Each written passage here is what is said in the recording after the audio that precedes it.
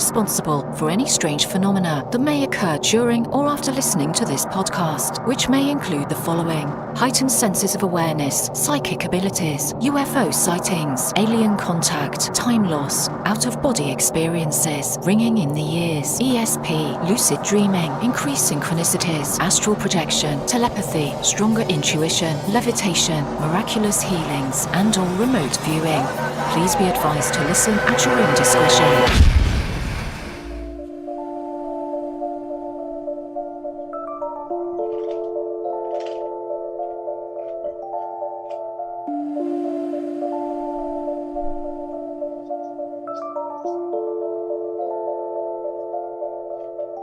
Won't you come and take me away? I just wanna be with you. Won't you come and take me away?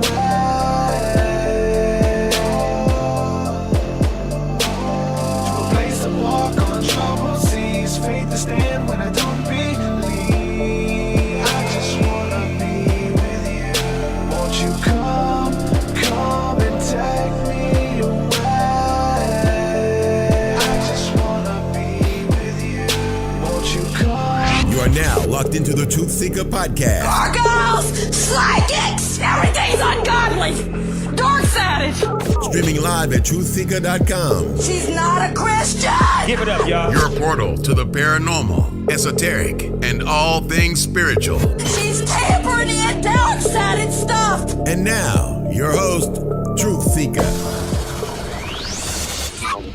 Hey, what's up, ladies and gentlemen? I'm your host, TruthSeekah. This is the TruthSeekah podcast. Excited and delighted to be with you guys. As always, got an awesome show planned for you. I want to say a huge thank you to everybody who's listening to this live and hanging out with us there in the chat. And also shout out to all the people listening to this on the podcasting apps, man. You guys rock. Thank you for being a part of the audience, man, and a part of this family that we have here. Special thank you to the Patreon supporters who help keep this show coming. This is a listener supported, listener funded show. Doesn't exist without your help, and I really appreciate the fact that you guys believe in this work and you put your hard-earned money behind it to support it and keep it going. I want to say thank you to some of the latest patrons within the last week or so. Shout out to Joseph Baker. I see you, my brother. Thanks for coming on. Shout out to Joseph Crowder and Seth. Thank you guys for coming on. If you'd like to support, go to patreon.com/TruthSeekah. There you get access to my entire discography of music. That's 200 plus songs. All the new stuff that I'm working on that's about to come out, you get access to that too. And I'm about to put out a new album. If you're a patron, whenever this album comes out, whenever I do the artwork, your name will be in the thank you section or somewhere within the artwork. So if you want your name in the artwork, make sure you sign up for any level of giving and your name will be included in the thank yous. Caveat is you got to be a patron whenever I work on the artwork, which will be this month or next. So very soon. So any level of giving, you can do that. And want to let everybody know that we do have breath work coming up tonight with my friend Illuminati Congo, John Hooks. He's going to be doing that over at the Mystic Circle, themysticcircle.net. If you haven't checked that out, make sure you go see what we got going on over there as well. Well, without further ado, we're going to go ahead and jump into this episode. Today, I'm going to welcome my friend LeahJude. Leah, welcome to the TruthSeekah podcast, my friend. How are you? Thank you for having me. I'm doing well. How are you? Good. Excited to talk with you. And you're a rapper and a hip hop producer and beat maker, and we wear a lot of the same hats. So it should be a fun conversation today. I know. I mean, this is the biggest channel I've ever been on. I don't know if you looked at my channel, but it's like an infant. It's in its very early stages. I think it's been up for like 9 months, but it's not, to anybody that has even over 1,000 subscribers, this is not easy. It may look easy to do the stuff that you're doing, and it is not at all. That's what I was talking to you on IG about, just the brand that you were able to, just everything that you were able to do. Like that takes a lot of dedication and tears. You ain't lying. It's not easy, but it's worth it. It's worth it. It's my passion. And so, yeah, you talk a lot about that motivation. And I think that you should definitely keep that up. Talk about the obstacles and stuff that you face that you've been talking about on your channel. I've checked out some of those videos for sure. And it's good stuff. And we need help. You know, creatives and entrepreneurs need help, you know, getting over those blockages and, you know, because we all start out motivated, but we don't continue motivated. So how we can do that. And we'll talk about that some on here too. But yeah, I just want to go ahead and say, you know, you're mentioning your channel. Everybody go over to her channel, LeahJude. If you type it in together without any spaces, it should come up in YouTube and Google and all those places as well. Make sure you guys subscribe to her channel. She's got beats. You make some pretty cool beats, and there's a lot of rappers and stuff that listen to this as well. People do, you know, similar music and stuff. So make sure you guys go over there and subscribe. But let's talk about how I found out about you. I got a message from a friend of mine, a good friend of mine, Johnny Iron from the Iron Show and from Fringe Radio. How did you get connected with that crazy joker? It was really random because I think he hit me up on Twitter, and he calls hip hop hopscotch. Yeah. And he's like, I think like the first thing he said to me was like, this music sucks. Or he didn't say it that mean, but he was like, this isn't really my genre, but you seem cool. And we just started like chatting it up, and he kept offering for me to be on the Fringe. And I kept like, I didn't really know what he was talking about, because you know how Johnny talks. Yeah. Like he was like, yeah, all you need to do is ask me to hand over the keys and I'll hand over and I'm like, what? And then finally I did it, and I put up something on the Fringe, and it was so much fun to do something away from the music, because it's everybody, the brain is a very complex machine. You can't just focus on one thing all the time. Everybody's got multiple things that they're into. So that was a lot of fun. But that was how I got connected with him. I think we've been talking for like a year, a little over maybe. Mm-hmm. So you started a podcast on the Fringe Radio Network? I only put up one episode, mm-hmm. but because I had started my own podcast about music, and the uploads have been like really sporadic and super far apart. But I think I did it was on TWA Flight 800 that I did the Fringe Radio Network podcast on. And it was just so fun. It was fun to like do the sound effects. I like made it sound like we were on a 747 together, and that we were all passengers, and it was just really cool. Cool. Yeah, you can be creative with it, and that's one thing that's cool as a producer and as a rapper and a hip hop artist. Like, there's other facets that you can bring a lot of that creativity in, especially when it comes to podcasting. And something that I've been doing lately is doing guided meditations, but they're not just me talking. I go and get those sound effects, right? And whatever I'm talking about in the experience, you hear it. I'm even hiring voice actors and stuff like that, tapping into the creativity. It's like, I can read this, or I can hire somebody for fairly cheap and get them to read it in a different accent or whatever the case is, and be a different character. So it's really taking it to the next level. And I mean, I'm taking that from my hip hop experiences, you know, and recording and doing features and stuff like that. So really cool to be able to gel everything together and talk about it in podcast form and different ways to create. Because it's like you have the same talents, you know, and the same message and the same love, but there's different ways to share it, right? I think that was the coolest thing when I realized, like, oh wait, I don't have to just present this story like every other podcaster does it. I can actually I have like an element of, I know how to use Logic, and I know how to like learn music and voices, mm-hmm. which, not to say like every other podcaster sucks, they're all really, really good, and they're a hell of a lot better at talking than I am, but I can kind of make up for my lack of ability to speak with, you know, some elements that can take some of the attention away from my, you know, Roseanne Fran Drescher voice. Mm-hmm.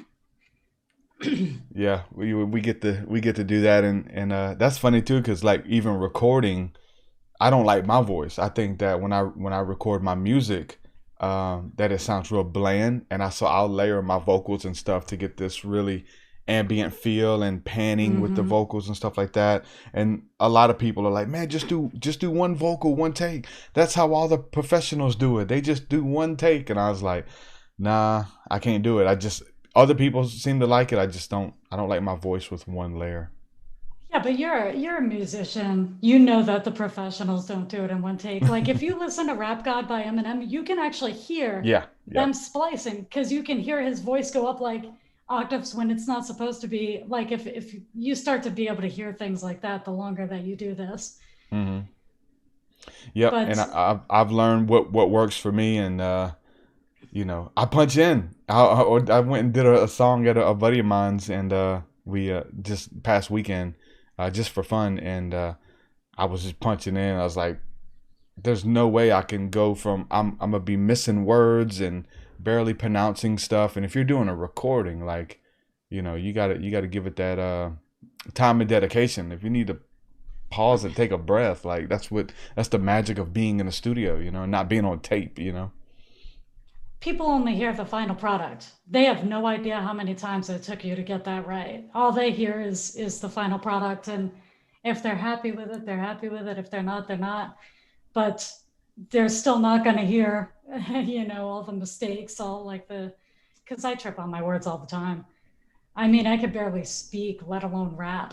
Yeah. No. I'm better at rapping than speaking for sure. I can actually articulate it more. But it's getting harder and harder, I think, for me. For me, I just started going faster and faster. And because, I was like, well, I'm a good writer, but one element that I'm kind of missing, I feel like the signature white rapper thing almost is like, well, let me see if I can go really fast. So I just started to speed everything up, and yeah, I haven't released much. I produce way more than I rap, but because that's way more popular. Nobody really cares to hear me rapping, but they'll listen to it and they'll be like, yeah, that's a good attempt. Yeah, me too. But mainly it's the productions. No, your stuff is good. I actually I listened to a few things that you had done when Johnny first told me about you, and I just thought that it was really cool that you had like merged that you had like a whole. I watched like a lot of YouTube channels, and one of the channels that I watch that I really like is like the BeatStars channel, because that's where I lease my beats through. Mm-hmm. And I love this show, DJ Pain One, and like Dame. And Dame, he used this really, really good analogy, and I never really gave it any thought, but he said he used to love to play Street Fighter on Sega. And he's like, you need like a personality to make people interested. So think about yourself as like a selectable character on Street Fighter. Would you want to play yourself? And I realized like that, when they're all amped up to fight each other, I just pictured myself like unfolding a table and getting ready to do the opponent's taxes. And I was like, no, I probably wouldn't. I should probably work on that. So I haven't uploaded to the channel or anything in a while, because I'm trying to think about some rebranding possibly, because I'm definitely missing the mark as far as the people that like me really, really like me. And I talk to all of them, because that's kind of the benefit of having so few kind of followers and stuff, is you can really build a connection with all of them. Once you start to pass a certain number, there's no way. You want to get to know them all, but it's impossible. Mm-hmm.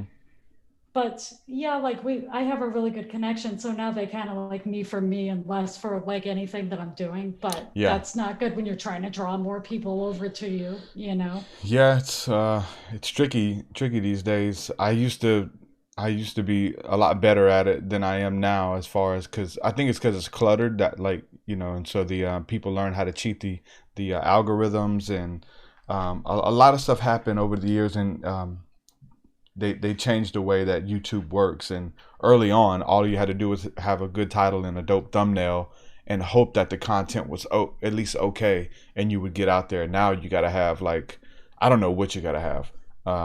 You got to, I don't know, you have to be controversial, honestly. You have to be a contrarian.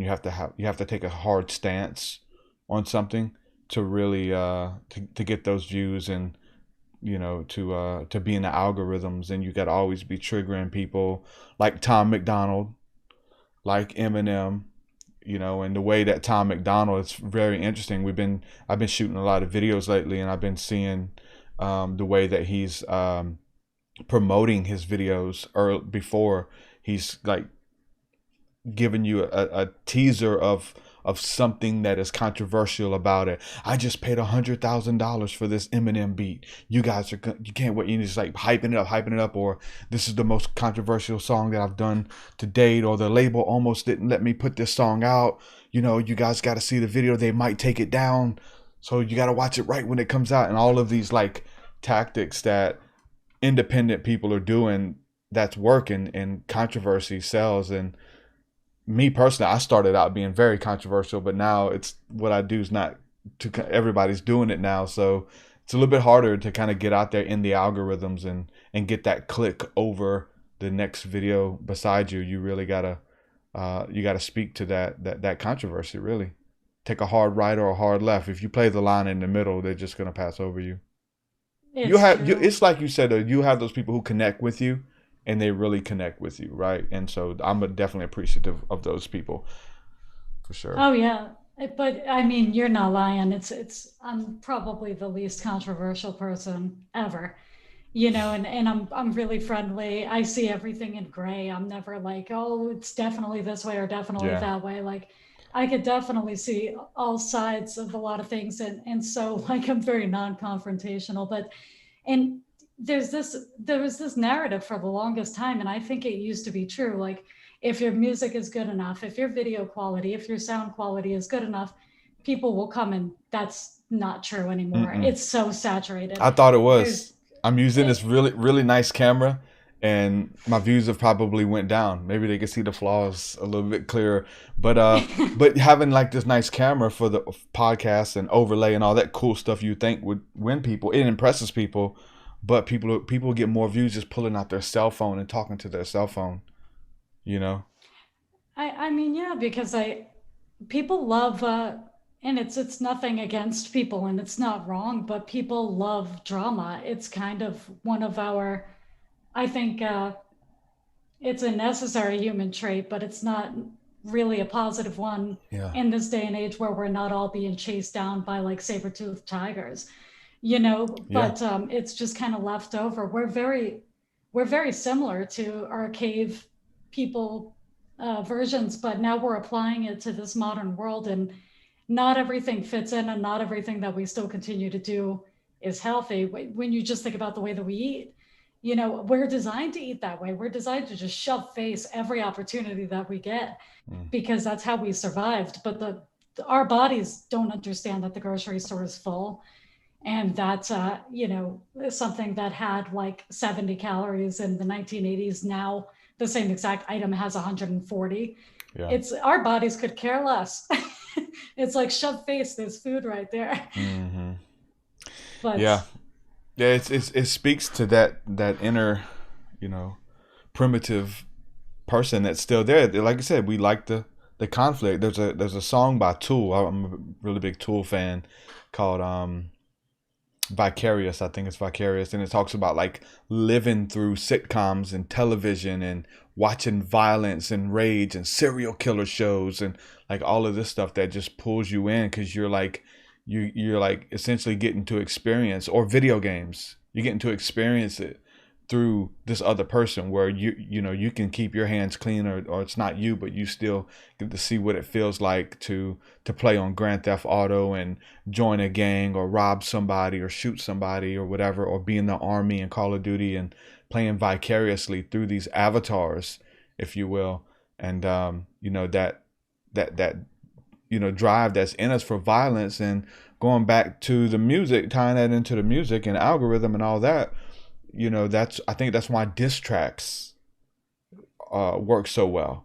And there were artists, and maybe Eminem and MGK, who would fake diss each other. Like I knew people who would fake do it. They would be in on it and say, we're going to do this. I'm going to create 5 tracks against you. You do the same against me. Nobody knew it, though. They thought it was real, and they were really going at each other. But they were friends behind the scenes and laughed about it in the end, and really laughed all the way to the bank. So I think that those diss tracks and the controversy, you know, that stuff works for a reason, you know, sensationalism. I've had this argument with a couple of people who were like the Eminem MGK thing. They were like, no, there's no way. Like, but I think that they're both under Interscope. And so, like, for the label, that was like an ace in the hole because now we got these two songs being streamed like crazy because you had to listen to Killshot if you Yeah. listen to Rap Devil, like you Yeah. had no choice. And so for them, it was like a 2-for-1 stream parade. And it kind of fizzled out as fast as it started. And that's always how this goes. Like, if that was a legitimate beef, one of them would be dead. You know, Yeah. because knowing the power, especially that Eminem has, there's no way that MGK would still be walking around right now if that was a legitimate beef, especially the way Eminem is with Haley. So I think that may have been, I mean, we never really know, but I personally think it was because that's how Hollywood works. Like, the more that you're in this industry, and even though I'm like the the very bottom level, probably below, I'm next to like an accountant as far as like how into this I am, but like you just start to see it. You start to see, because even YouTubers will stage beefs with each other Oh yeah. just to get generating Well, traffic. the beefs, the pranks, fake pranks, like all that's is so weird, and you can tell, like on TikTok, but they got the most views. These fake pranks of, and you could just name one. There's so many. Like there's one that, because once one person does it, all the other creators start doing that same thing. Mm-hmm. There's this one prank they do where this guy's like walking down the street or walking out of a store, and he's got like dingy clothes on and doesn't really look that presentable or that good, and he walks by this really hot girl or whatever, and he tries to ask her out or ask for her phone number, and she like rejects him. No, and it's okay, I'm taken. And then he said, okay, sorry, and he just walks away all frumpy. And then he goes to get in this Lamborghini or Porsche, and then the girl runs up to him. Oh wait, I didn't mean it like that. I'm not taken. There's like 40 videos like that, and they're trying to prove a point, but it's all staged. But people want to watch it just to. It pisses me off. Those videos, like they're making it sound like all women are these. Why don't you Gold walk up to a diggers. frumpy woman and try the same thing? Because she's probably going to, like, you always wait Yeah. for the actress. I mean, because it's all actresses, but it's also at the same time, like, you could flip it and do the exact same thing from the other perspective too. Like, because a guy is always going to want the more attractive woman. Yeah. So I could make a whole thing of videos like, watch this guy look right past me and towards the hot girl behind me. Guys are so shallow. And it's kind of like, but that's more biology. Of course, women are going to go after the guy with resources because you carry a baby for 9 months, you require more calories. There's going to be things that you're going to need. So the Lamborghini is like the modern day woolly mammoth meat. Mm-hmm. You know what I mean? Yeah, a woman would head to the cave with the most food because she's got to factor in that she's going to be incapacitated for a bit. And then you're breastfeeding and expending more calories. Whereas men, they don't really care that much about how much money a woman has. They care about health indicators, her beauty, her skin. Is she in good enough shape? Are her hips wide enough compared to her waist to carry a baby and deliver it naturally? I think of everything because if you look at all of our behaviors, you can always track them back to, this is something that makes perfect sense. It doesn't make the woman crappy for like going after the guy with more resources, and it doesn't make the guy crappy for going after the better looking woman. You know what I mean? Like, but all it does is make a bunch of men mad at women. Yeah. Like, and they're trying to prove a point with a fake video.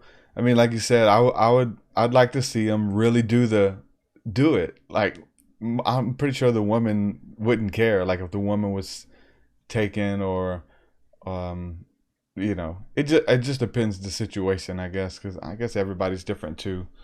But it wouldn't. 10 times out of 10, it wouldn't turn out like that. Oh wait, let me ride in your car. It's kind of weird. I'm sure there's definitely people like that. So maybe 9 times out of 10 it wouldn't. So I just don't feel like it would happen as often. Because if I walked by a dude that was kind of frumpy, like, I mean, I wouldn't be like a jerk about it, but even if this guy was like, yeah, but look at my Lambo, I But would look at assume my he car. rented it. I would be like, well, there's no way that's probably not yours because very few people own one of those. So I'm just gonna go ahead and pass. Yeah, yeah. Um, so I listened to some of your other interviews too, just checking you out and stuff. And I heard you talk about some of your favorite rappers and top five. Let's talk about some of your top five and share with the audience, and maybe some good talking points. Who are some of your top five rappers? My top five always change, but I think they're usually the same. Though obviously Tupac is in everybody's top five. Ti is definitely probably my all-time favorite rapper, Really? though. Okay, awesome. I do love Eminem. I love his old stuff a lot better. And by old stuff, like I think Recovery was my favorite. Recovery in the Slim Shady LP. And I like Chameleonaire. And I believe in my top five, I've always stuck DMX in there because Slippin' was probably the song that kind of introduced me. Almost because everybody like changes, I feel like, by Tupac, but I feel like a lot of people like that song more, at least me for the piano. And I know like that the beat was kind of reworked, but I think like the message was really really good with changes too. Yeah. But I think that piano riff really drew people. It really drew me in. But then slipping with that, it was the first time that I heard like a rap song and it altered my mood. Hmm. Like it really put me in a dark mood. And I remember the day that it came on MTV and it was under these gray clouds where the video was shot. And he was like sitting on a porch or something. And it was just with that dark uh, music in the background, like the do, do, do. And I was like, oh, like I kind of liked how quick it put me from I'm in a good mood today to now I'm sad. Mm. And I was like, this is really powerful music. And I've loved hip hop ever since. It's my favorite genre. Did you ever get into horrorcore? No, Insane no, Clown Posse and Tech Nine, I guess, started out more horrorcore. I wouldn't call him that now though, because he started no. out, in that fan base or whatever, the Juggalos. I like Tech Nine just because of his speed. Mm-hmm. But I did listen to a few like I used to like I wasn't the biggest like ICP fan, but there was this other group who were very ICP-esque called Twisted. Mm-hmm. And they came out with an album called The Green Book. And they're not big at all. They kind of like have the Slipknot type face paint and everything like that. But I ended up liking them a lot more than ICP, but it's very similar. They put them out. They like put them on their label and pretty much branded them and gave them, I think, their look and everything. Oh, Yeah, did they they? had. Yeah, they Oh, had the only and Twisted's pretty big right now. They actually started their own label and got into it with ICP, and they have their own label called Magic Ninja Entertainment.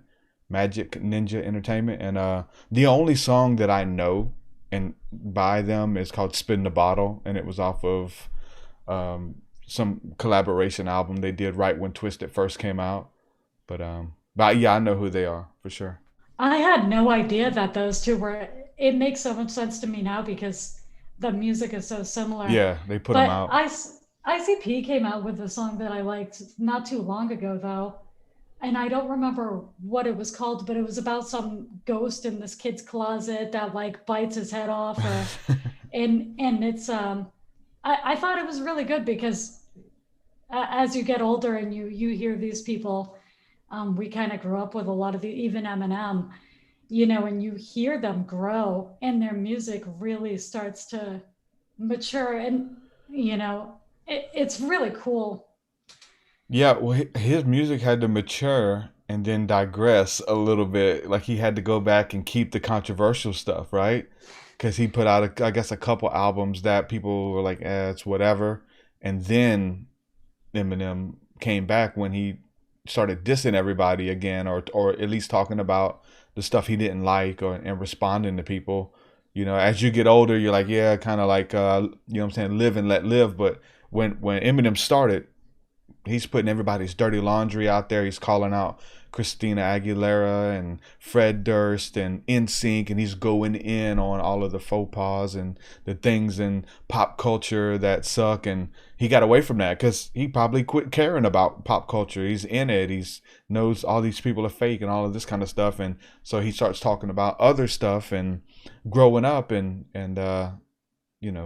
people weren't feeling it because they wanted the old Eminem. But when he come out with those Cosmikaze and the other one right after that, like Music to Be Murdered By, like the old Eminem came back for sure. Like that was insane to see him, and I'm glad that we seen that, that album come out, and he still had it in him, and not be on drugs, and be able to write like that and speak about current events and really lash out at people. That was the Eminem that everybody fell in love with, I'd say. He's kind of the Madonna, I feel like, of rap, because she has done the same thing. Like, what is she, like 85 years old at this point? Well, she's not that old, but she's probably in her 60s, and she's kept up with the times. Her music has moved to every single style that we've seen for like, what, 2 decades? I mean, she is always like on par with what's going on. And I feel like Eminem's kind of similar, except he's a lot more emotional than Madonna is. I feel like she enjoys fame, and I think that this is all like fun for her. And I think Eminem is just confused. I don't think he hates it. I don't think he likes it. I don't think he knows what he wants, because it's like, leave me alone. I just want to walk as an average civilian. He starts losing his fame pretty much, and then he's like, yeah, but look at this and watch me do this. Like, does anybody care? That's what they all do. It's crazy. Yeah. It's like that narcissism. It comes back to haunt you. And I think that gets into a lot of people getting Botox and trying to look young and like stay, they change the way that they look. They want to stay in the limelight, and so much so that they start like disfiguring themselves, and they look weird. But in their head they still look young or vibrant or whatever the case is. And there's a lot of weird stuff that people do to stay in the limelight. And it's strange to see, like looking at somebody like, what's that guy's name? The Backstreet Boys little brother, Aaron Carter. Are you keeping up with him at all? What did he do? No, I haven't even given him thought in like 10 years. Oh my God. Yeah, no, he's doing a lot of interviews. He just did celebrity boxing, but no, he's just, as far as like trying to stay in the limelight and seeing that it's some kind of mental disorder that kind of comes along with like needing to be seen and needing that, the light to be on you and stuff. It's very strange. It is, because especially with that surgery stuff, because it's almost like, I mean, that's pretty much what Michael Jackson did. It's a body dysmorphia. Yeah. I mean, every time he looked at, they even said it in that movie. I don't remember what his movie was called. It was really good though, about his life. And he kept thinking that his nose was big. Like every surgery. I know there was a time where he, if you're gonna do it, and he did the transformation, like, but he's like, that's Michael Jackson, that's him. But like you say, he just kept doing it, and you can't stop. You're not seeing what everybody else is seeing. Plus, I bet you that the changes are gradual enough, because I don't know if you saw Renee Zellweger, who was very pretty. She was pretty in a very kind of cute. Yep. Homely. She was homely. Yeah, homely. I don't know what this was years ago, but it's just, she got a surgery that changed her face to where she actually looked, to me, older when she was done with it. And she wasn't nearly as cute as she was before she, I think if you want to get surgery, then get surgery, it's fine. But I do think that you, I'm a big recommender of therapy. I think a healthy level of therapy, if you feel like you're getting out of control with something like that, just because Yeah. it's really hard to see ourselves objectively. Because if somebody gave me endless amounts of money, I'm sure I would be on a surgery table in like 4 seconds flat. Like turn me into a Barbie doll. Yeah. And it's Yeah, I I could know. see You it. never know. I mean, unless you're in that situation, because Yeah. when that light hits you and you see them flaws, and then the person next to you don't have them, and somebody else is getting the roles, getting all those roles in the movies that you used to get. You used to be the kid actor. You used to be the hot one, and they catch you looking different. Like, there's pictures of like Vin Diesel, who like was out of shape and had the dad bod, lost all of his muscles, quit working out, slamming burgers, and they had pictures of him, and everybody's like, oh, he fell off, because like you only want that version of him. Or they talk about character roles too, like Chris Farley, and these big actors, and who is it? Melissa McCartney lost a bunch of weight. Monique lost a bunch of weight. They're known as being the Adele. big Mm. Adele. Yep, because a lot of them even spoke on it though, like embrace your bigness, it's okay, love your body, and then they go have a transformation, so that's where a lot of them kind of eat their words or whatever. Like, hey, you said you were okay with being big. Why are you like? What happened? But you know, it's part of their character, and once they lose that, I think it's just something when people get used to something, and you switch it up on them, you lose them a lot of times. It's the same thing, like even on a small level, like if you change your YouTube background, like if you move to a new house and like have something different going on back there, people will unsubscribe for that. Yeah, that's what I did for Because sure. I just got a new house, and yeah. I know right now I don't have anything on my walls because I think I'm moving pretty soon. So right now, like it looks like Disney on ice behind me right now with all the gray. I put that throw blanket there just so that it didn't look freakishly gray. I never noticed. It's not even my favorite color. I don't know how that happened, but it's a lot of gray behind me.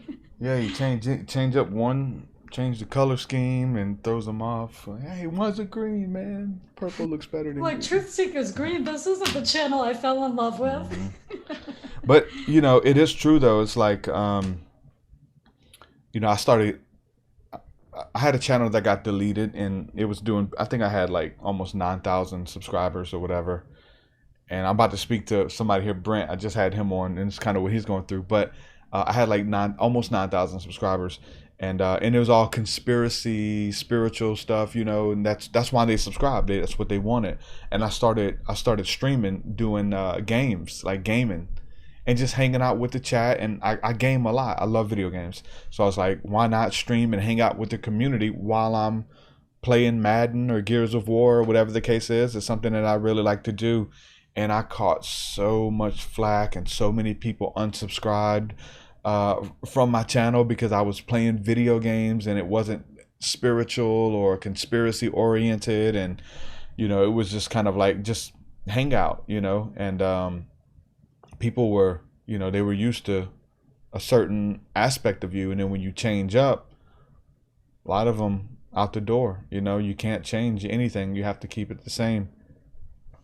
It's true. I mean, and I complain about it, but at the same time, like if I'm watching a YouTuber that is telling me what the best MIDI keyboards to buy are, or music gear news or something, and then all of a sudden I turn it on and he's like, "This is how you make the best chicken divan," I, you Yeah. know, but at the same time, I mean, it is really hard. I thought about starting another channel because I was talking to Iron Johnny about this. I had a couple successful YouTube channels before I started doing the music, and one of them did get banned completely because we were like reviewing. It's so funny because now all these Wish channels and AliExpress channels, I swear I had the first channel that was doing that because my it ballooned fast. like the subscribers were coming in super fast. And I was dating someone at the time and we were reviewing. So honestly, the channel probably would have gotten deleted anyway. But we were reviewing knockoff like Louis Vuitton and China's sending us all this stuff for free because we had so many subs that they were like, oh yeah, show these Jordans. So every time we went to the PO box, it's filled with all this like counterfeit stuff. And it got enough strikes from both the companies. We're lucky that we didn't get sued. And finally, YouTube is like, no, we're done with this. And then I started another channel that focused on disasters. So like the Versailles wedding hall floor collapse and plane crashes and things like that. And that channel grew relatively fast too. And then I deleted that one for the music because I didn't want to have two things going. And Johnny was like, that was so stupid. And in retrospect, it kind of was because the music channel is the hardest one to grow. Yeah. Because I can grow any other channel on any other subject, but I can't grow this one. So I was thinking I think it's with the it's with the controversy. I mean, even those two things that you mentioned, those two channels were a bit controversial, or shocking or whatever the case is. And music, you gotta have something that that draws people besides the music. You gotta have something else. Subject. You gotta have that character story. I had a channel from my daughter that I made back before like reaction channels were big. The only reaction was like the kids react. I don't know if you remember when that first came out. We did I made one off of the same name because the way that YouTube used to work was off of SEO. Like I said, all you had to have was a dope title, dope thumbnail, and hope that the content was at least okay. Didn't even have to be great, just okay, and you would get views. And so I started one for my daughter. Was kids react to scary movies, and so they were watching horror trailers like right when they came out. Now everybody does it. It's huge. There's no way, even if I did it, you probably couldn't even find me by doing it because there's so many people doing it. But before YouTube got cluttered, they were same way. She was reacting to old stuff from the 80s and stuff. Little kid, they were little at the time, but they had videos like 400,000 views and gaining subscribers, and she was making money. She was a kid, and I said, come home, watch this video.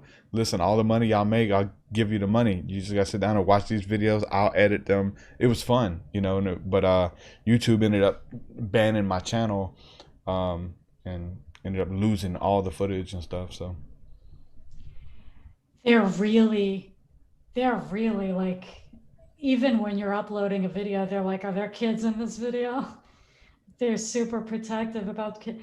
And I totally get it, like protect the children, obviously, but I'm not sure what exactly the problem is. You know what I mean? Like with a lot of the videos, because I've seen other channels get just mauled over having a kid in the video, because like there was this one channel that I used to like, and there was like a discussion going on, like we're having, and the guy had the kid on his lap, but they were both cussing. They were talking about weed and oh my God, this guy got like, he wasn't drunk. He wasn't smoking weed and blowing it into the kid's face. It was just banter. And the kid was I don't think that the kid was even old enough to know what was going on, honestly. Like, and I'm like, I think that that's a bit much of a penalty for talking about something that kid isn't putting together. Yeah. They, we'll say that you got to watch what you say, but I think there was a lot of like predators and stuff in the chat, like that would watch children videos and stuff like that. And they ended up turning the comments off for videos because they was using like buzzwords and keywords and stuff. And I know that a channel that I watch, Belief in Fatherhood, he's just a father raising his kids, and he films it and he puts stories in it and morals and all that kind of stuff. And they almost demonetized him and turned all his comments off because he had kids in the majority of his videos, but they were his kids. But it was right whenever they were going through that DCA compliance or whatever it's called. But yeah, you know, it's always changing. And it's crazy. Like, you could be on top one day and then the algorithms just say, yeah, we don't like your content, and not promote it. I don't even think it has much to do with people not liking it. It's if YouTube's not alerting people that you're putting out new content, nobody's gonna see it. Um, Well, YouTube is definitely going to be careful about who they who they promote and who they don't. I mean, they're looking to have like squeaky clean content. They want YouTube to be as family as a platform as possible. And TikTok and Instagram are very, very similar. There's certain things like if you start getting into like politics and start dropping certain names and things like that, I mean, the algorithm is programmed to specifically ignore. Your viewers will see it. Some of them, not probably as many as normal, but they are not going to push that out to any new people. yeah, they're even turning the notifications off for people who've actually manually turned them on. People just Yeah, stop getting notified when you go live and upload videos and stuff. So I'm thankful myself for just the podcasting apps, and I love the video aspect. I love, Zoom and live streaming and Facebook and YouTube and all that. But I'll go live and 30 people will see it, like Facebook. Used to, I would get, man, we get 100,000 impressions. There was one night we got 300,000 impressions because people were sharing it out, and it would show you all the calculations just off of a live stream hangout. And but they want you to pay for it. Like, they want you to that's pay just for everything, especially if you're selling something or they know that you're trying to make money. Then yeah, if you want to get in front of people, you got to pay them. But but right now, it's not even set up right. Like, I don't, like, even if you pay them, a lot of people are wasting money on ads or trying to get big on YouTube, trying to pay. So you have to like really, really know Facebook ad. That's like an art in itself because you need to know exactly who you want to say. In my case, like I need to look at who watches me, and my audience is even the ones that like aren't subscribed, which most of my audience on YouTube are not subscribed, but I'm 94% male. So I know I don't target my ads towards, I haven't run an ad on Facebook in a while, but I need to target everything towards males, which is cutting out 50% of the population already. And then like, I want them to either be in, I try to narrow it down as much as possible. The top state that buys beats from BeatStars, specifically my beats, is Georgia, Atlanta. So I'll like specifically start targeting males in between the ages of like, 18 and 27 in Atlanta, who have kids, or like, you can really like narrow, and it does work. But if you just are like, promote this to the world, like, you're just going to get a bunch of ghost followers, because they'll click you. They'll be like, oh, she's cute. Have no idea what the hell I do. Never watch one video that I put out. And that's a problem, because then the algorithm sees that people that are following you aren't even interacting with you. yeah, So if they're not, then why would I push you to anybody else? So I had to, oh man, you got to be so careful. yeah. Well, I think that's what a problem with my channel. Even though I have a lot of subscribers, I guess you would call it a lot. It's 17,000 or whatever, but I don't think that those are my fans, though. You know what I'm saying? Because I interview so many different people, they're only subscribed because I interview their favorite author, their favorite musician. They like that episode, so they'll give me the subscription, but they won't interact. They won't watch the other videos or the videos that I put out or whatever. They won't talk. Now, I do have, like, in that there, I do have a, it's not 17,000. It's more like 2,000 subscribers. Probably.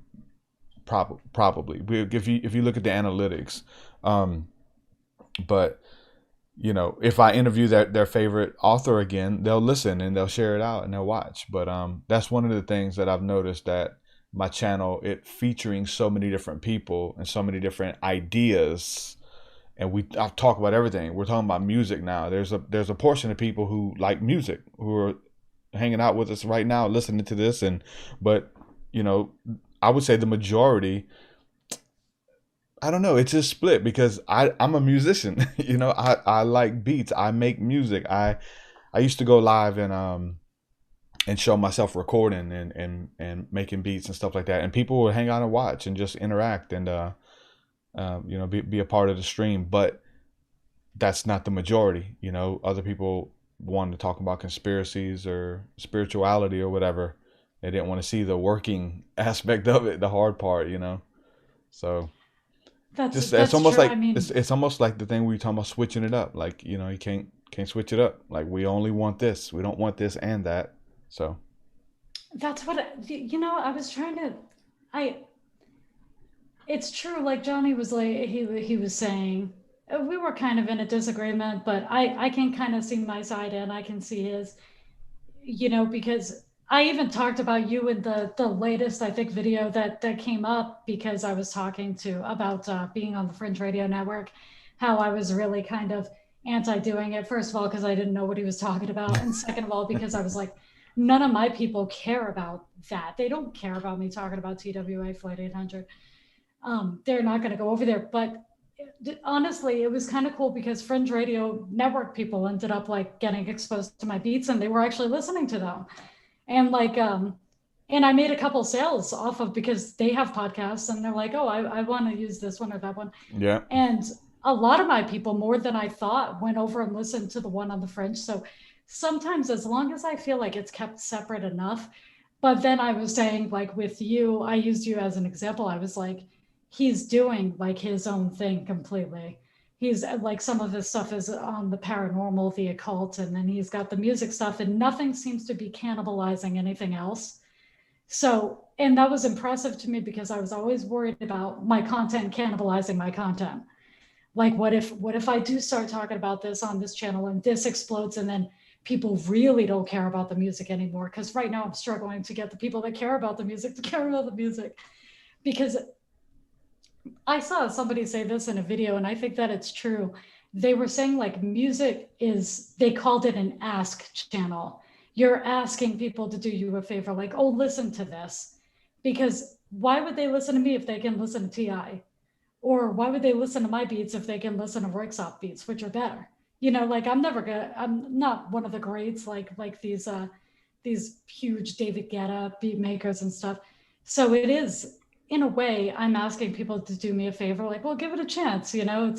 And whereas if I'm like, yeah, TWA Flight 800, was it shot down? Like, people are like, oh, this is interesting, and that's giving content, is what like it's referred to. So like, ask, and this isn't. Well, I mean, you got a couple different things that you do, because I do have another channel that I made for my beat stuff, and the beats get a little bit of views. I got like 500 views here and there on beats, and they're kind of like what we call type beats. Type beats. You know what I'm saying? Rick Ross type beat is what they call it, right? And that's just how you label it or whatever. Kid Cudi type beat, Hobson type beat. Yeah. So hopefully people who are looking for that, I need a Hobson type beat. Oh, what's this one? So I have a channel too like that, and so when I'm talking about music or giving a piece of game to help somebody, which you have those too, right? How to get through writer's block, how to stay motivated, so you are doing how-tos, and how-tos are big. Yeah. So I had to. Those actually do some relatively well. I still have I think it's mostly my beats that have the majority of views, and the content that I'm in is slowly catching up. But like I was saying earlier about the Street Fighter thing, I'm very dry. And I do feel like the camera sucks energy out of you. Like, it's crazy, because I feel like I'm pretty animated in real life, and then I watch myself back on camera and I'm like, oh my God, I'm like the female Ben Stein. And I definitely have to figure out how to be on camera better, because if you have an interesting subject, people are, the possibilities are endless, though. You know, it's like, first of all, I mean, and there's videos to tell you how to do it. Like, just turning on the LED light, like, adds so much to the stream, if that's what you want. You know what I'm saying? Or having a light in front of it, having everything lit, and sound quality, And once you figure that stuff out, then you teach people how to do it. And since your niche is the music niche, how, my biggest video on my music channel, and it's actually Mystic Trap Beats. I'm gonna go to it. But I did I did a video telling rappers, and this is, let's see what I named it. Let's see. But I did a video called "Attention Rappers, Do Not Sign Up with DistroKid without watching this." And it was something that I learned about DistroKid that sucks for rappers. And I'm wondering why, because all of these big name people, Curtis King, maybe even DJ Payne One, he's with BeatStars, but a lot of people promote DistroKid like and they talk it up like, you gotta go with them, it's so cheap, it's the best. And it's like, oh, the reason they're telling you to sign up is because they have an affiliate link, and if you click their link as an affiliate, they're getting paid. But there's some flaws in DistroKid's service that most people don't know about, and I shared my experience, and this got 35,000 views on that. It's so funny because I have the opposite videos up. Why Because I you have an should? affiliate DistroKid, but it's not only for the link, but in a lot of cases, I felt that DistroKid was getting like a bad rap because there was a lot of people that were botting streams, and so it Oh was yeah. more like Spotify taken down. And I know like the affiliation between Spotify and DistroKid, but it's still, Spotify is like any other algorithm. It wants real engagement to actually know what kind of music the person likes. So if your mom is playing your song on repeat for 3 days to try to get your streams up, even though she's not a bot, you'll still get pulled down for that.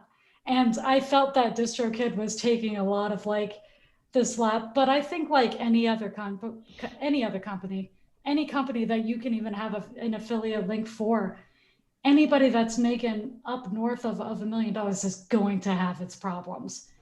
It's Yeah. figuring out whether or not the platform works for you. Like I've been with DistroKid now for 2 years and I've never had a problem. And like, but then I know people that have been on DistroKid for 6 months and they're like, I lost my whole catalog. Yeah, there's starting to be some horror stories come out. One of the thing that got me, because I was gonna sign up with them for my beats, but I found out something, that if you're an artist that you really need as far as making income on your stuff, is sync royalties through YouTube. And what I showed in the video, and why it's gotten so popular, and a lot of comments on it, is the fact that when you go to sign up, in the moment that you select for your genre, hip hop or EDM, the ability to collect royalties on YouTube disappears. But if you change it to country, blues, bluegrass, heavy metal, rock, it pops back up. So I paid the money and I'm going to sign up as a producer. And I said, okay, I want to make money on YouTube with these beats, right? So, because if somebody raps to my beat and uploads it and I don't know about it, I need to collect money off of that. That's really how the producer, what they call the back end, Payne One talks about that a lot, and there's a lot of money in that. And but I went to sign up and it keeps going away every time I select hip hop. So I emailed them and said, hey, I just signed up, I'm a producer, and every time I select this, it goes away, that I can't collect sync. It's mechanical royalties. Yeah. The mechanicals from YouTube, yeah. And they said, and they actually wrote me back and said they had to take it down from hip hop and EDM because it's sample laden. It's heavy sample laden, is what they said. Is that there's a bunch of people who use samples, of meaning stuff that doesn't belong to you, which is true. You're using snares and kicks and guitar riffs. That's one guy records a guitar riff and sells it to 70 people, and then they all upload it to get sync, royalties off of, and everybody can't get it. You can't give it to everybody. You have to give it to the creator, who's the first person. So it muddies the water for them, and so, I mean, they told me that's what it was, and they took it away, and they actually gave me a refund. And but other companies still do it for you, even though they have a lot of problems. There's a lot of disputes. I can put out a beat, and somebody else buy the same beat and upload it, and I'm getting, you know, the royalties off of it. Or we use music. Movie samples. I have samples in every song from like movies and lectures and stuff. And when you upload it, you'll start pulling revenue from where those samples came from. And you're talking about having a lawsuit on your hands quick. There's a lot of, you know, people trying to get samples cleared, and there's a lot of gray area in that. But for me, I was like, nah, I gotta be able to make the YouTube streams, because people re-upload my episodes, and you know, I actually use my my own music for the intro and the outro. So when people do upload it, hopefully they leave the intro in or outro. YouTube lets you even snip that out now, to where, you know, I'm not even making that, or they can mute it with the selection of one button. It'll just mute my music, so they're getting paid off of my interview or whatever. But it's tricky. It is tricky. But CD Baby and many other companies still let you do it. TuneCore. I know CD Baby does, because what happens to me, what's really annoying is that and it's not the rapper's fault. It's not even really CD Baby's fault, but I get copyright strikes on my own beats, or not strikes. I get content ID flags, because the rapper uploaded via CD Baby. And so, yeah, like I'll get the yellow on one of my own beats. But I mean, I've been able to, and that happens a lot.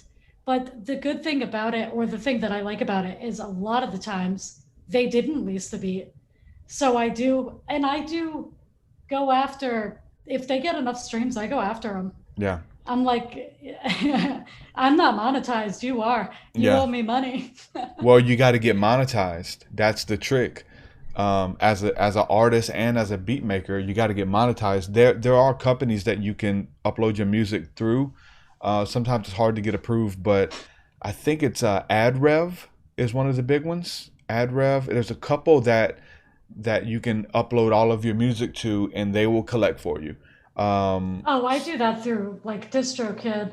And the YouTube side of music, it might be because I may have joined DistroKid before this stuff went down. Could have. But I do have a section of DistroKid that tells me what I earned off of YouTube. But my earnings, the thing is I don't have 1,000 subscribers. So on the video side of things, I'm not monetized. Can't make any money. Well, I mean, as far as people using your music.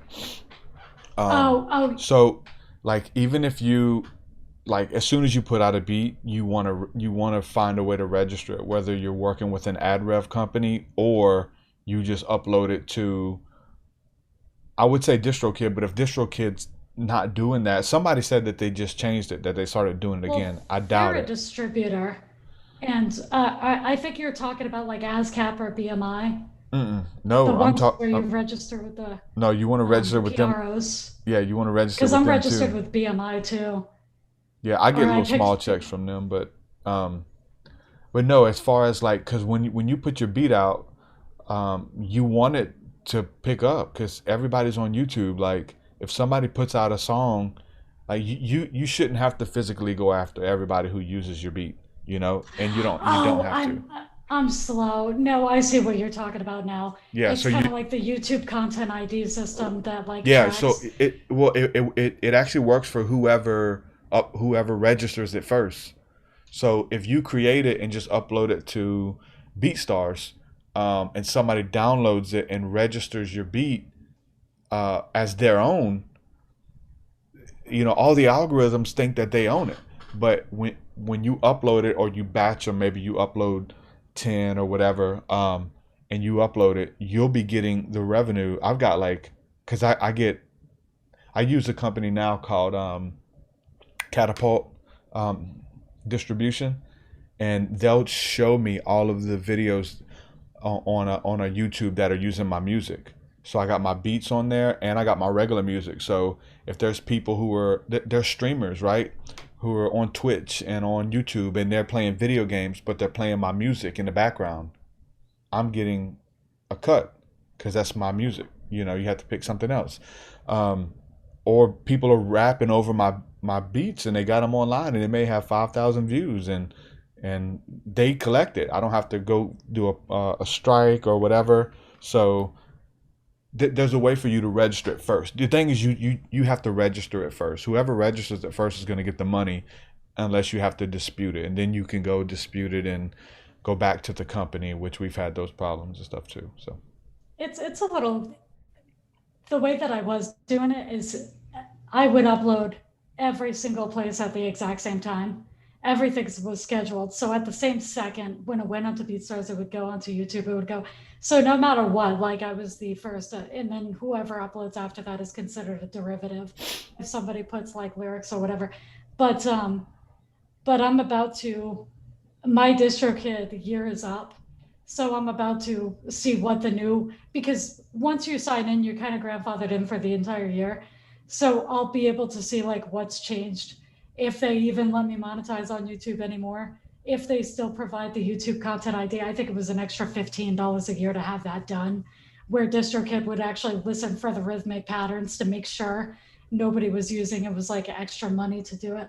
But I'm gonna recheck, and there's a chance that I might end up just moving everything to everything else, because one way that DistroKid did screw me over, and yes, I have an affiliate link, and I do like them. I've been happy with them, but the biggest complaint that I have is when I first started rapping, I came out in a group. It was a rap trio of 3 women, and we were called Truthality.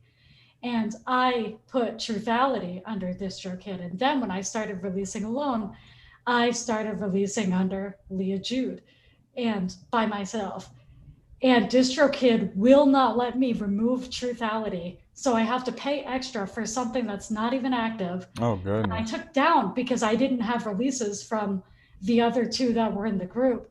So the song still is like bouncing around online, because you can never take anything down completely. Even if DistroKid tries to pull it, somebody has it somewhere.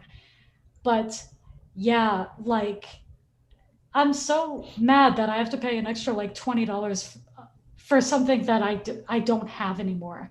Like, there is no more Truthality, and they won't let me take it down. Yeah. And I have so much music up with DistroKid. It's like over 300 songs. And they're like, you have to start all over again with a brand new, and you might not be able to use your name and all this other crap. And I'm like, well, that sucks. So I have to pay for Truthality forever. They're like, yeah. LeahJude, that's fire. Yeah, people asking where to get your music, where to hear it. There's a link there in the chat that Chris Garner posted. Thank you, Chris. You're on SoundCloud, but if you just type in LeahJude, it actually comes up everywhere pretty much. But if you just Google, yeah, my name. What's your main place? Is it BeatStars or is it YouTube? My main place is actually YouTube, because SoundCloud doesn't have. I stopped uploading to SoundCloud because and I honestly should start again now that they changed the way that they monetize. Now that they changed so it goes by how much you're actually streamed, they're not giving, but they still are taking so much. They take almost like 40% out. And I do understand that other companies do that too, but it's just SoundCloud. It's like, I've been up on SoundCloud. I've gotten like, I don't know, like 55 something thousand streams, and I made $3.50 from that. I'm like, okay, this isn't even worth it. So I stopped uploading there. So YouTube, I've been uploading to. That's got everything that pretty much I've ever made. But, and once I'm able to monetize it, it'll be good, because the thing is I have over 300 videos. And so even though each video has like 30 views, it's all added up to where I'm in the thousands of like views or whatever all together. So I get a lot of views every day, but they're so sprinkled because it's so many videos. So when I am finally monetized, when I can reach that 4,000 watch time hours and 1,000 subscriber thing, like, I'll actually be able to get like a little bit of AdSense money off of that, which will be really nice. But like I said, it's what you did, what anybody that gets above a certain number does. It's not easy. It's hard work. Yeah, it is hard. Oh, fair game. That's the most popular beat I ever made. That's fire.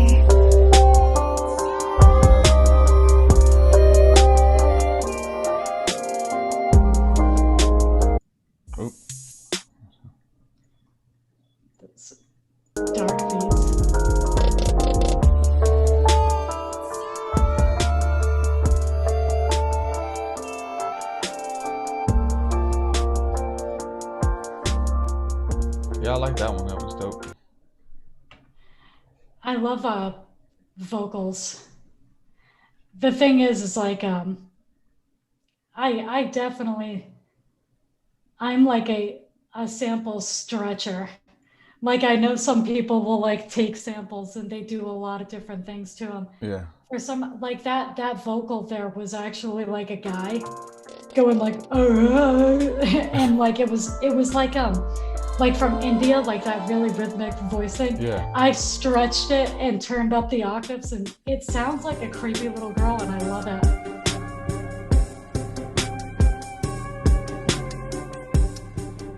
Astro King says, I think you shadow banned me.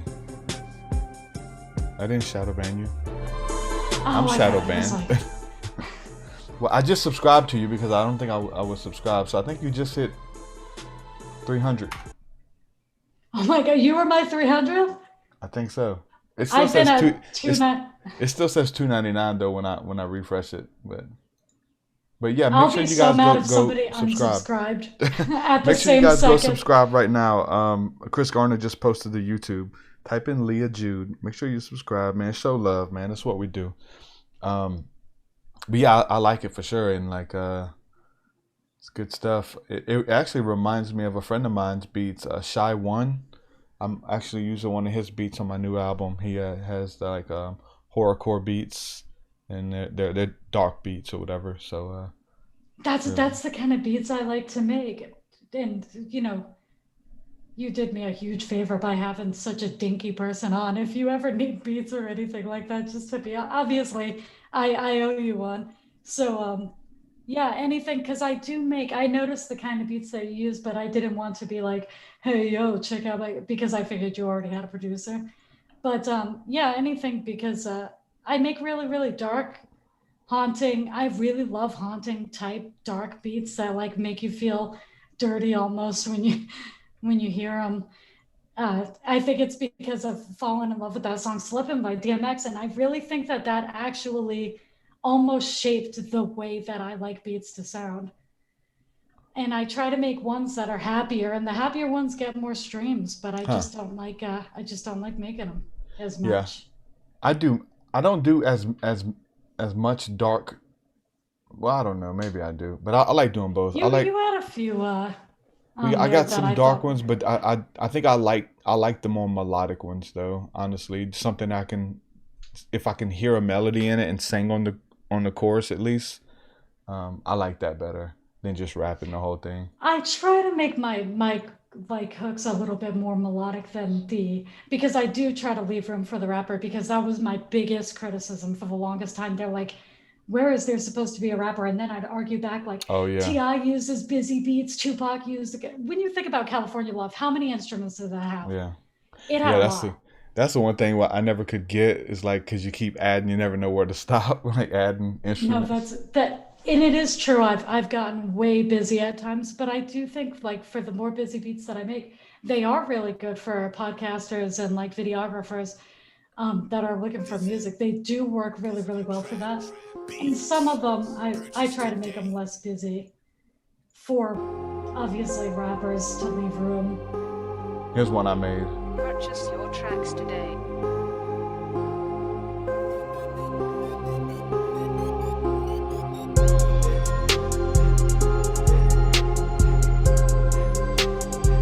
That's clean. I've never rapped over any of my beats though. Really? Yeah.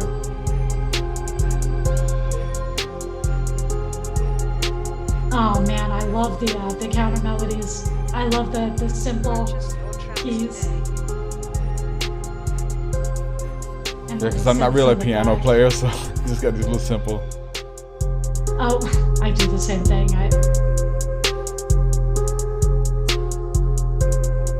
And I just throw an ARP on the chorus or something. Playing with the ARPs are fun. What do you say you use Logic? You don't use Fruity Loops or nothing?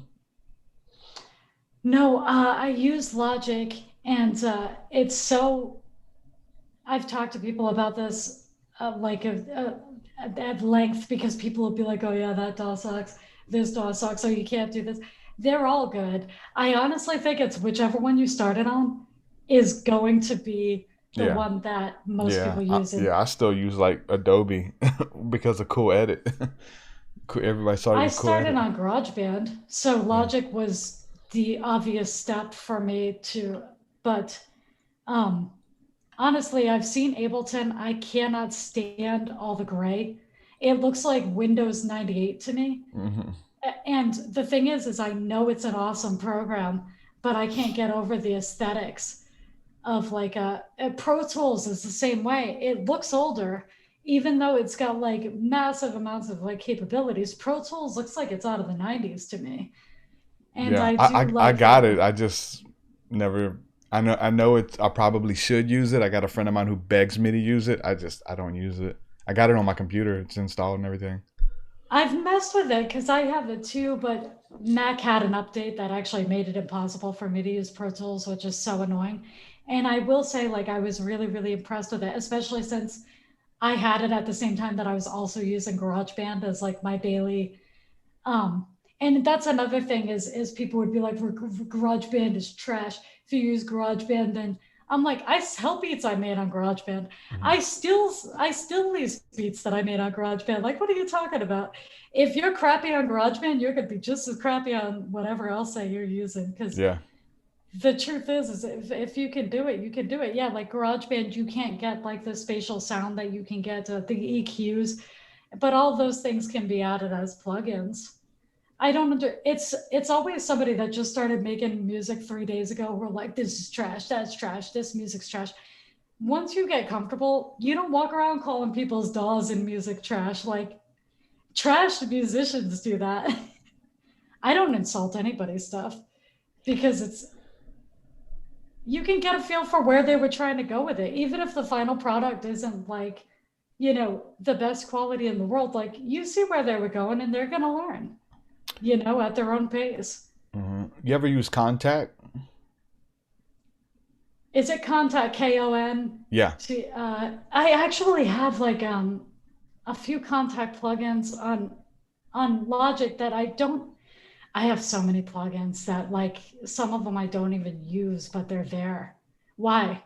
Well, because I had started using it and there's so many cool plugins for it. Like, there's one called Voices of the Elves and like Voices of the Forest, and there's like, it's like I call it the angel song or whatever, but it's like a woman singing or whatever, and there's like chanting and Gregorian chants and so many sounds my jam. that you can actually you can plug into that, and it's really cool. And you just play it to the keys and different phrases that you can make them say and stuff. And I was having a lot of fun with Contact. So it's a plugin that they make a lot of packs for, I guess. I use a lot of stock. I use a lot of stock VSTs from Logic, and they have like a lot of cool vocal effects. And but I also use Labs and Sanjay C. Rhodes. This is a review of the Voices of the Elves, but just let you hear some of the sounds.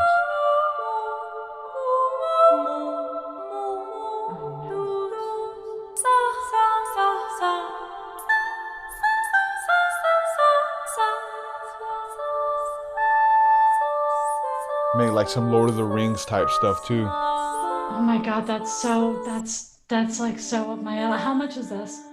I'm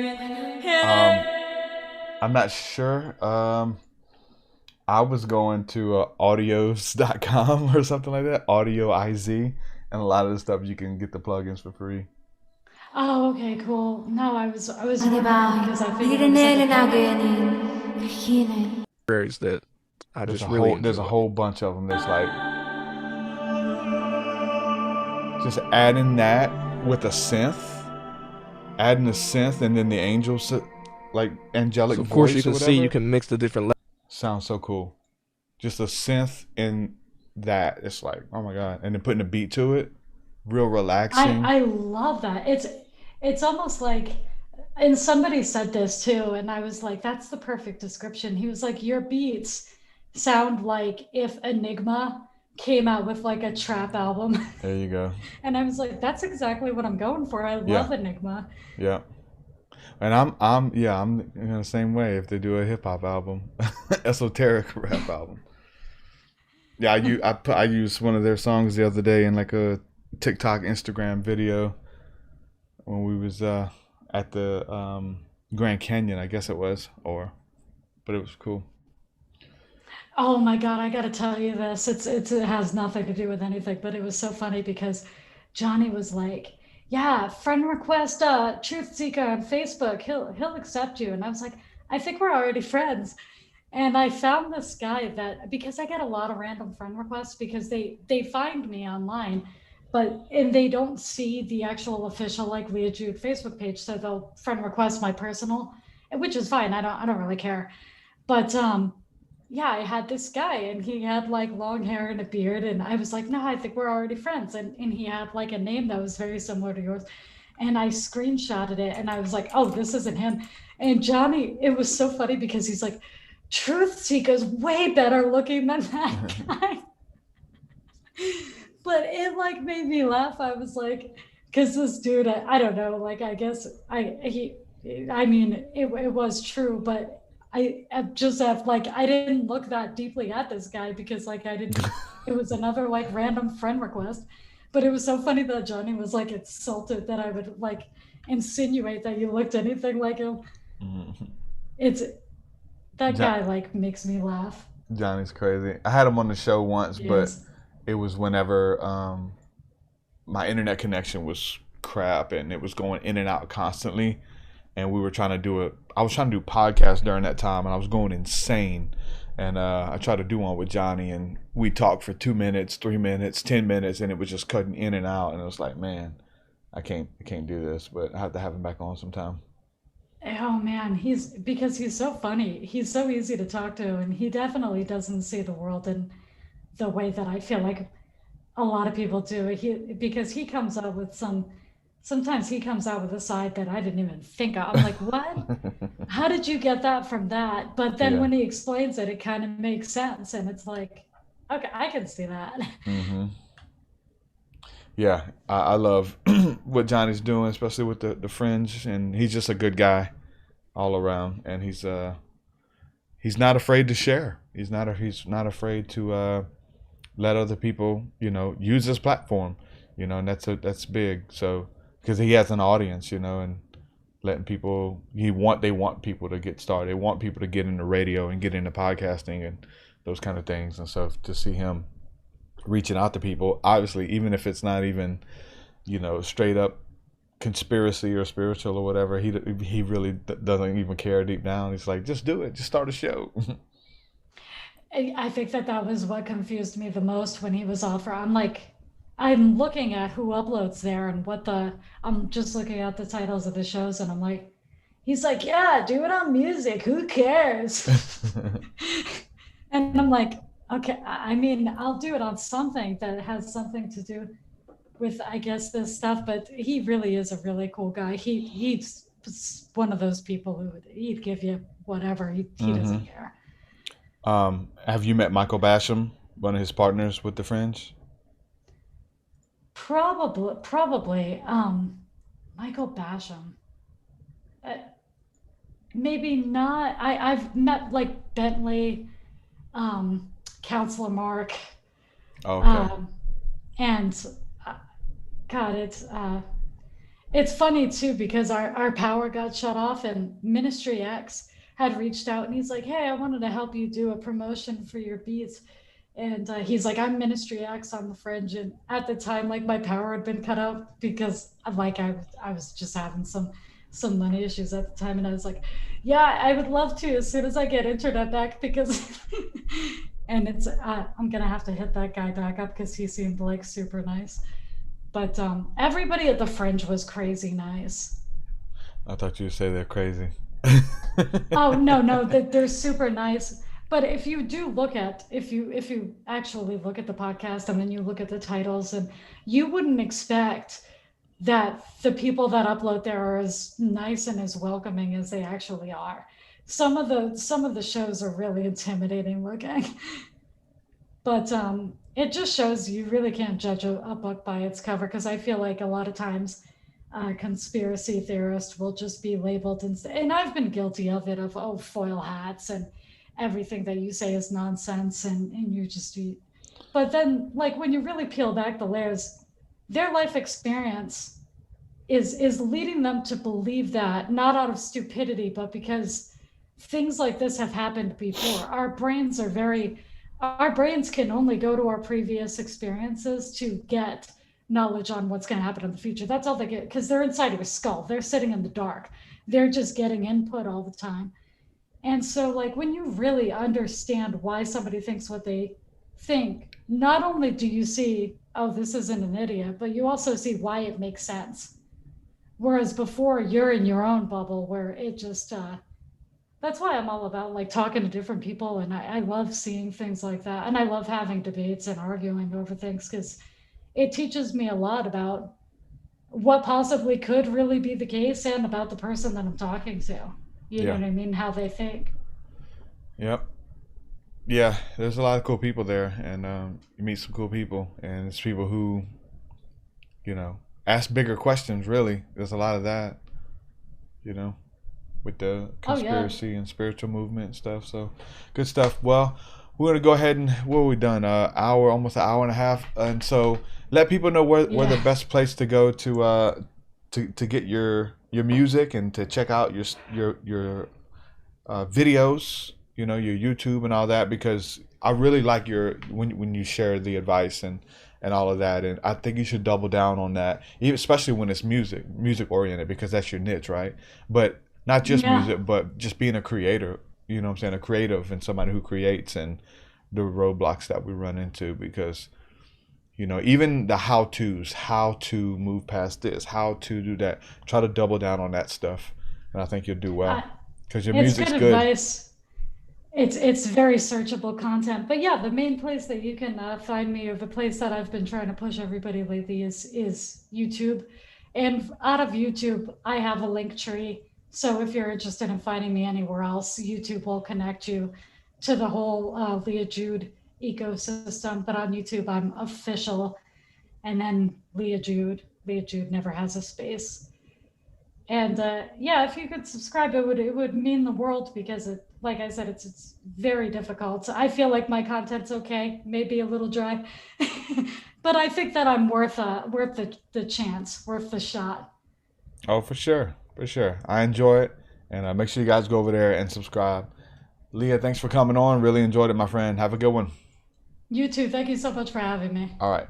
Many blessings. Bye. All right. Bye-bye. LeahJude, ladies and gentlemen, make sure y'all go subscribe, man. Give her a shot. Like she said, music's good. Good hip hop music. I could spit to some of that. That first one I was playing, for sure, that dark vibe. Got to do some more of that. I've got, like I said, it sounds like a buddy of mine, Shy One. Sounds a lot like his stuff. That horrorcore rap, which is a growing genre for sure, and it's still alive. The hip hop, dark hip hop. But so with that, I'm gonna say peace and shalom, man. Thank you guys for hanging out. Hope y'all enjoyed it. Those of you who like music or just want to know how this stuff works on the back end, some people care about it. Some people who are into music or trying to get monetized or want to get into music, or listen, there's a lot of gems in that on moving forward, how to do it. And I didn't suggest going with DistroKid, but you know, for the reasons why I'm not with them. But with that, I'm going to say peace and shalom, guys. Tonight, if you guys are listening to this on the podcasting apps, it's after the fact, but you can get the replay. We're having John Illuminati Congo on the Mystic Circle, and we're going to be doing psychedelic DMT breath work. And again, everything that I have fell in love with about breath work really came from him. And we're going to be doing it tonight. He's really good at what he does. So make sure you guys check that out, themysticcircle.net tonight. Illuminati Congo. With that, I'm going to say peace and shalom. We'll do it again, guys. Peace. Your way so much higher than mine. So much higher than mine. So much deeper than mine. So much deeper than mine. Well, that does it for this episode, folks. To hear more episodes of the TruthSeekah podcast, head over to TruthSeekah.com. And if you're wanting to support the show and get rewards, go to our Patreon page at patreon.com/TruthSeekah.